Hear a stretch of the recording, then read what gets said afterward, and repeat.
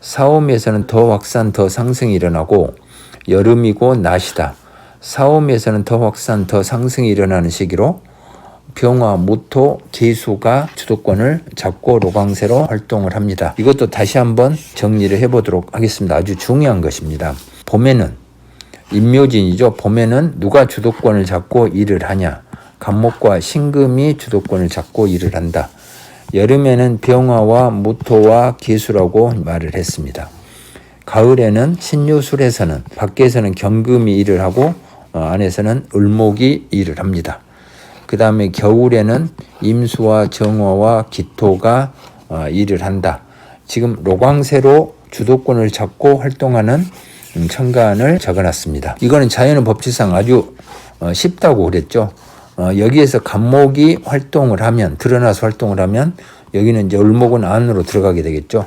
그 다음에 여기에서 경금이 활동을 하면 여기는 이제 신금이 안으로 들어가는 거고, 여기에서는 병화가 활동을 하면 여기는 정화가 들어가서 활동을 하고, 여기에서 임수가 활동을 하면 여기는 이제 계수가 안에서 이제 활동을 하겠죠. 무토가 이렇게 확산 상승을 응축 하강으로 바꾸면 기토는 응축 하강을 확산 상승으로 바꾸고, 무토는 확산 상승을 응축 하강으로 이제 바꾸는 역할을 한다. 앞에서 차근차근 수업을 듣는 사람들은 쉽게 이해할 수 있을 것입니다.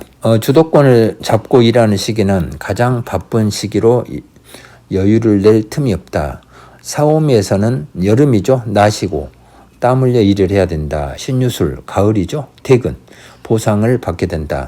사오미가 가장 활발한 확산 상승 활동이 일어나는 시기지만 아직 수확을 기대하면 안 된다. 사오미는 여름과 낮이라겠죠.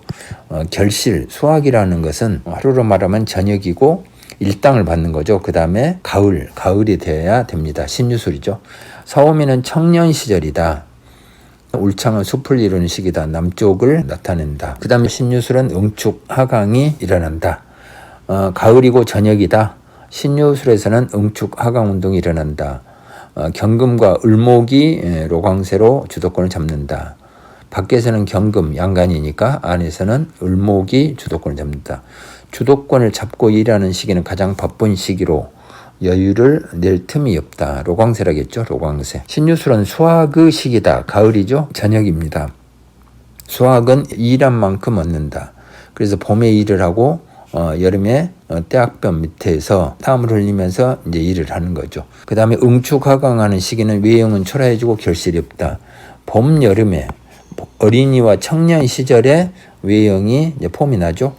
응축 하강, 가을, 겨울, 중년, 노년, 응축 하강의 시기는 외형은 초라해지고 응축 하강이니까 응축 하강이 되면 키는 작아지고 피부는 쪼그라들고 이렇게 되겠죠.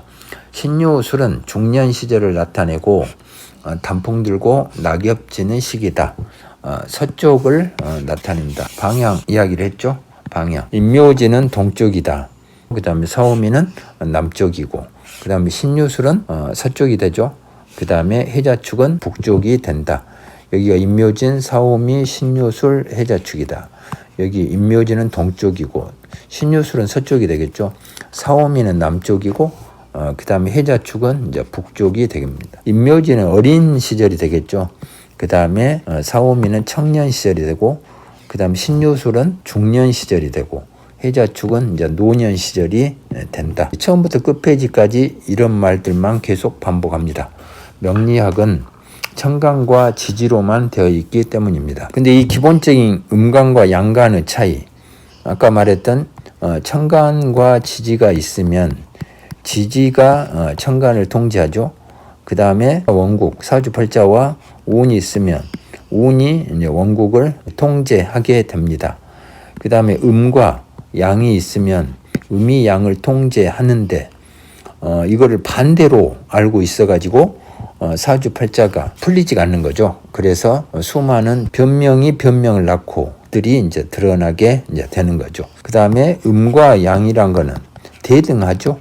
근데 여기도 대등한데 음을 무시하고 양 중심의 오행으로 하니까 또 답이 나올 리가 없죠. 답이 나올 리가 없으니까 또 뭐 십신 위주라든가 형충파이라든가 지장간이라든가 이런 걸 동원해가지고 변명이 또 변명을 낳는 그런 일을 반복해온 것이 명리학의 역사다.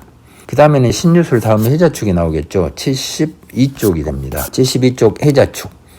해자축에서는 더응축, 더하강이 일어난다. 해자축은 겨울이고 밤이다. 해자축은 움직임이 없이 조용하다. 겨울이고 밤이니까 임수와 정화와 기토가 로광세로 주도권을 잡고 이 해자축에서 퇴근하는, 해자축에서 출근하는, 해자축에서 잠을 자는 그런 글자들도 다 있겠죠. 주도권을 잡고 일하는 시기는 가장 바쁜 시기다. 정신없이 바쁘다.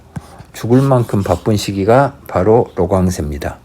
일할 때는 일을 하고, 퇴근할 때 퇴근하고, 잠잘 때 잠자고, 출근할 때 출근해야 된다.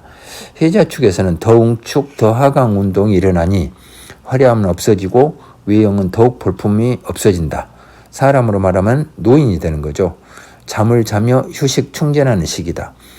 겨울을 맞는 것입니다. 모든 잎과 그 다음에 꽃들 다 떨어지고 앙상한 가지만 남아있는 해자축입니다.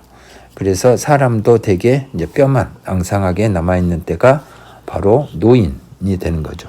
해자축은 노년 시절을 나타내고 잎이 다 떨어지고 가지만 앙상하게 남아있는 시기다. 북쪽을 나타낸다. 다시 표를 통해 가지고 총 정리를 해보도록 하겠습니다.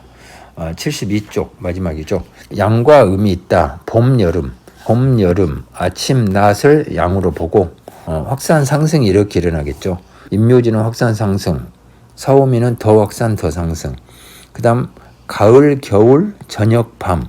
그래서 이렇게 일을 점점 줄여가는 거죠.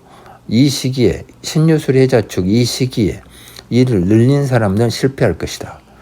그 다음에 봄, 여름, 임묘진, 사오미 이 시기에 일을 줄이면 실패할 것이다.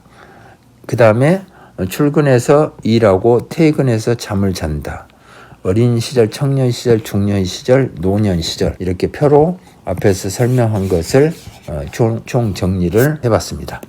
다음 시간에는 청간의 토와 지지의 토에 대해서 이제 이야기를 해보겠습니다. 이 토란 것은 목화라든가 금수와는 약간 다른 역할이 있죠. 청간의 토도 보면 이렇게 무토가 확산 상승을 응축 하강으로 바꾸고 기토란 것은 응축 하강을 확산 상승으로 바꾸고 그 다음에 지지에서는 여기를 진이라고 그러고 그 다음에 여기를 술이라고 하죠. 여기를 축이라고 하고 여기를 미라고 하는데 환절기가 됩니다. 환절기. 지지에는 토를 특별히 붙일 필요가 없는데 그냥 환절기라고 알고 있으면 되죠.